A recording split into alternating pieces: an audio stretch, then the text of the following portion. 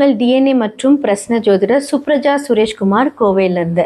So இன்றைக்கு நம்ம பார்க்க போகிறது ஆவணி மாத பலன்கள். விருச்சிக ராசிக்காரர்களுக்கு இந்த ஆவணி மாத பலன்கள் எப்படி இருக்குன்னு பார்க்கலாம்.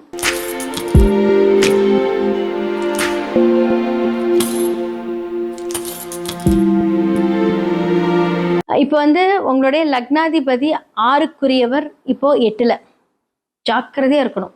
6-8 சம்மந்தப்பட்டாலே வாகனம்ல நீங்க போறீங்க அப்படின்னா ஒரு பயத்தை, ஒரு நெருடலை காமிக்கும். இவங்களுக்குமே பார்த்தீங்கன்னா உங்களுக்கு ஷோல்டர் பெயின், ஏதாவது எலும்பு சம்பந்தப்பட்ட தேய்மானம், பிரச்சனை, மூட்டு வலி, சகோதரர்களிடத்தில் பிரச்சனை, சொத்து விவகாரம் ப்ராப்ளம், இது எல்லாமே ஆரம்பிச்சிருக்கும். நல்ல வேலைக்கு போயிட்டு இருந்திருப்பீங்க, சூப்பர் இப்போதான் செட் ஆச்சுங்கிற போது அந்த பிரச்சனையை ஸ்டார்ட் பண்ணி விட்டுருப்பாரு. பொதுவாக குரு எந்த வீட்டில் இருக்கார், இப்போ 9ஆம் இடத்துல இருந்து அதிர்ஷ்டம் தானே, வருமானம் சூப்பராக வருமே. அப்படி கிடையாது. ஹார்ட் ஒர்க்கு, அதே மாதிரி பார்த்தீங்கன்னா உடம்பெல்லாம் பார்த்தீங்க அப்படின்னா நல்லா வலிக்கும். நீங்கள் நினைக்கிற மாதிரி ஒரு நிம்மதியே தூக்கம் இருக்காது இந்த காலகட்டத்தில். இந்த மாதத்தில் அவ்வளோ ஸ்ட்ரெஸ் இருக்கும். ஏன்னா 2-5க்குரியவர் உங்களுடைய பாதகாதிபதி வீட்டில் உச்சம். ஜென்ரலாக கிரகப்படி பார்த்தா 9ஆம் இடம் ரொம்ப லக்கான ஒரு விஷயமாச்சே. அந்த இடத்துல உச்சமாக இருக்கும்போது சூப்பராக இருக்கும்ண்ணே. அப்படியே ஆப்போசிட். நல்ல வருமானம் வரக்கூடிய டைமில் என்னாகும், சில ஸ்டாப். ஓகே, ஹார்ட் ஒர்க் பண்ணி என்ன பண்ணணும், அந்த வருமானத்தை கஷ்டப்பட்டு வாங்குற மாதிரி இருக்கும். இல்லை ஒரு ஒரு பாதகம், ஒரு பிரச்சனை ஆனதுக்கப்புறம் அந்த வருமானம் வரும். ஏன்னா 2-5க்குரியவர் என்று இருக்காரு அப்படின்னா உங்களுக்கு சந்திரனோட வீட்டில் உச்சத்தில் இருக்கார். உங்களுக்கு அது பாதகஸ்தானம். ஸோ கோச்சாரத்துக்கு இது அக்செப்ட் ஆகுமா அப்படின்னா அந்த விஷயத்தை அங்கே அதை கன்ஃபார்ம் பண்ணும். ஸோ சுயஜாதகத்தில் இந்த விருச்சிக லக்னமெல்லாம் கொஞ்சம் பார்த்துக்கோங்க. அழகாக ஃப்ளோவில், ஐயோ இப்போ தான் அர்த்தாஷ்டம சனி முடிச்சு எல்லாம் நல்லா இருக்குன்னு சொன்னீங்களே. மெயினாக இப்போ பார்த்தீங்க அப்படின்னா உங்களுக்கு சனி வக்கரமாக இருக்கார். ஸோ 3-4க்குரியவர் 5ஆம் இடத்தில் வக்கரமாக இருக்கார். இந்த டைமில் குலதெய்வ கோயிலுக்கு போகலாமான்னு கேட்டால் வேண்டான்னு சொல்லுவேன். ஏதாவது ஒரு லாங் ட்ராவல் பண்ணுறீங்கன்னா வேண்டாம். ஏன்னா செவ்வாய் உங்களுக்கு சுயசாரத்தில் இருந்து தான் பார்க்குறாரு ஃபஸ்ட்டு. அப்போ உங்களுக்கு 6-7 அந்த பார்வையிலேருந்து தான் லக்னத்தை பார்க்குறாரு. அப்போ ஜாக்கிரதை, அதைத்தான் நான் சொன்னேன். அப்போ 8ல் இருக்கார் இல்லையா, அப்போ மிருகஸ்ரீடம் உடைந்த நட்சத்திரத்துலேருந்து அங்கே பார்ப்பார். அப்போ என்னாகும் அப்படின்னா அதோட இம்பேக்ட் இருக்கும். உங்களுக்கு யார் அவர்? ஸோ உங்களுடைய லக்னமாக இருக்கட்டும், 6ஆக இருக்கட்டும், 6க்குரியவர் 8ல். அப்போ பிரச்சனை கண்டிப்பாக ஆகும். ஸோ வார்த்தைகளில் கவனம் தேவை. ரோட்டில் ஏதாவது நீங்கள் பிரச்சனை பார்க்குறீங்களா, நீங்கள் சும்மா போய் நின்னீங்க அப்படின்னா அழகாக நீங்களும் இருக்கீங்க அந்த பிரச்சனைன்னு கூட்டிகிட்டு போயிடுவாங்க. முடிஞ்ச அளவுக்கு அவாய்ட் பண்ணிக்கோங்க. எந்த ஒரு விஷயத்துலையும் போய் மூக்கு நுழைக்க வேண்டாம். எங்கேயோ ஏதோ பிரச்சனை நடக்குது, அந்த இடத்துலேருந்து நீங்கள் கொஞ்சம் எஸ்கேப் ஆகிறது இந்த காலகட்டத்தில் ரொம்ப நல்லது. இல்லாட்டி என்ன பண்ணுவாங்க, வலியே ஒரு சொல்லுவாங்க தெரியுங்களா, வலி வந்த பிரச்சனையை எடுத்து நம்ம பாக்கெட்டில் போட்டுக்கிட்ட மாதிரி சும்மா இருந்திருப்பீங்க. தானாக அதுக்கு நீங்கள் தான் சரி பண்ணி வைங்கன்னு சொல்லிட்டு அந்த பிரச்சனை எல்லாமே உங்கள் மேலே போட்டுருவாங்க.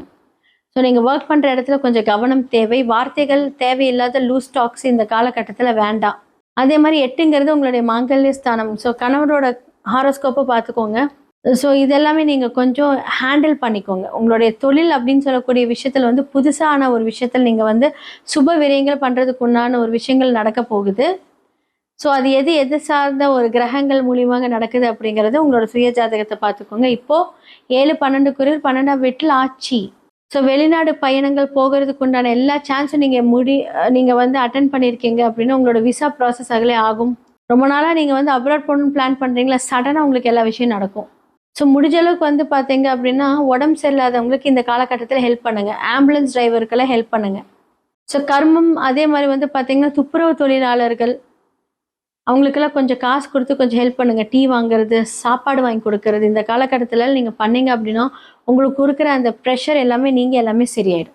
நிறைய நல்ல பண்டிகைகள் இந்த மாதத்தில் வரப்போகுது. கோகுலாஷ்டமி, அடுத்ததாக விநாயகர் சதுர்த்தி, மலையாளிஸ் ரொம்ப சிறப்பாக கொண்டாடப்படுகிற ஓணம் பண்டிகை. இது எல்லாமே ரொம்ப ரொம்ப ஒரு சிறப்பான விஷயங்கள் இந்த மாதத்தில் நடக்க போகுது. அடுத்ததான் இந்த உலகத்தில் நடக்கக்கூடிய சில மாற்றங்களை பற்றி நம்ம பார்ப்போம். பொதுவாக என்ன மாதிரியான காம்பினேஷன் இருக்குது அப்படிங்கிறதையும் நம்ம பார்ப்போம். சூரியன், கேது, புதன் இவங்க எல்லாருமே காலபுருஷ தத்துவத்தின் 5ஆம் வீட்டில் சேர்க்கை பெறுகிறார்கள். இந்த காம்பினேஷன் ஆல்ரெடி கும்பத்தில் ராகு இருக்காங்க. கடக வீட்டில் குரு தனித்து நிற்கிறார். அப்புறம் மிதுன வீட்டில் செவ்வாய் தனித்து நிற்கிறாங்க. சுக்கிரன் கன்னி வீட்டில் வந்து தனித்து இருக்கிறார். அடுத்ததாக வந்து பார்த்தீங்கன்னா சனி பகவான் வந்து காலபுருஷனோட வீட்டில் 12ஆம் வீட்டில் ஆல்ரெடி இருக்காரு. ஸோ இத்தனை காம்பினேஷன்ஸ் வந்து போயிட்டு வந்துட்டுருக்கு.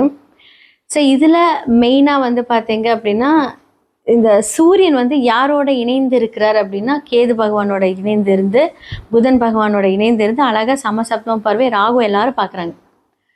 இந்த காம்பினேஷன் வந்து ஒரு எச்சரிக்கை கொடுக்குது அப்படின்னு தான் சொல்ல முடியும். இந்த எச்சரிக்கை எப்படி அப்படின்னா, நிறைய பேர் நிறைய ட்ராவல் பிளான் பண்ணியிருப்பீங்க. இந்த மாதத்தை கொஞ்சம் தவிர்த்திருக்கிறது நல்லது. அடுத்ததாக வந்து இன்னுமே வந்து பார்த்தீங்க அப்படின்னா காற்று அப்படின்னு சம்மந்தப்பட்ட விஷயங்கள், நிறைய தீ விபத்துக்கள், அடுத்ததாக வந்து நிறைய வெடி பிளாஸ்ட், யாருமே யோசிக்க முடியாத ஒரு பிளாஸ்ட்.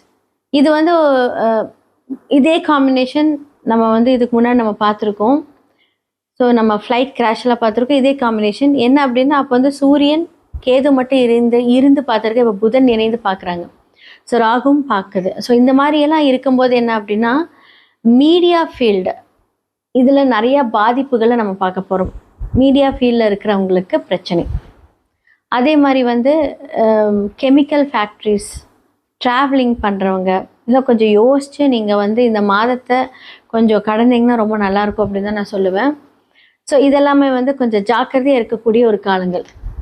ஸோ மேஷம்லேருந்து மீனம் வரைக்கும் இந்த ஆவணி மாத பலன்கள் எப்படி இருக்குது? ஏன்னா சூரியனோட டிரான்சிட் வந்து ஆகஸ்ட் மிட்லேருந்து செப்டம்பர் வரைக்கும் இருக்க போகுது. இந்த டிரான்சிட் சூரியன் இங்கே இருக்கும்போது தான் அப்படின்னா என்ன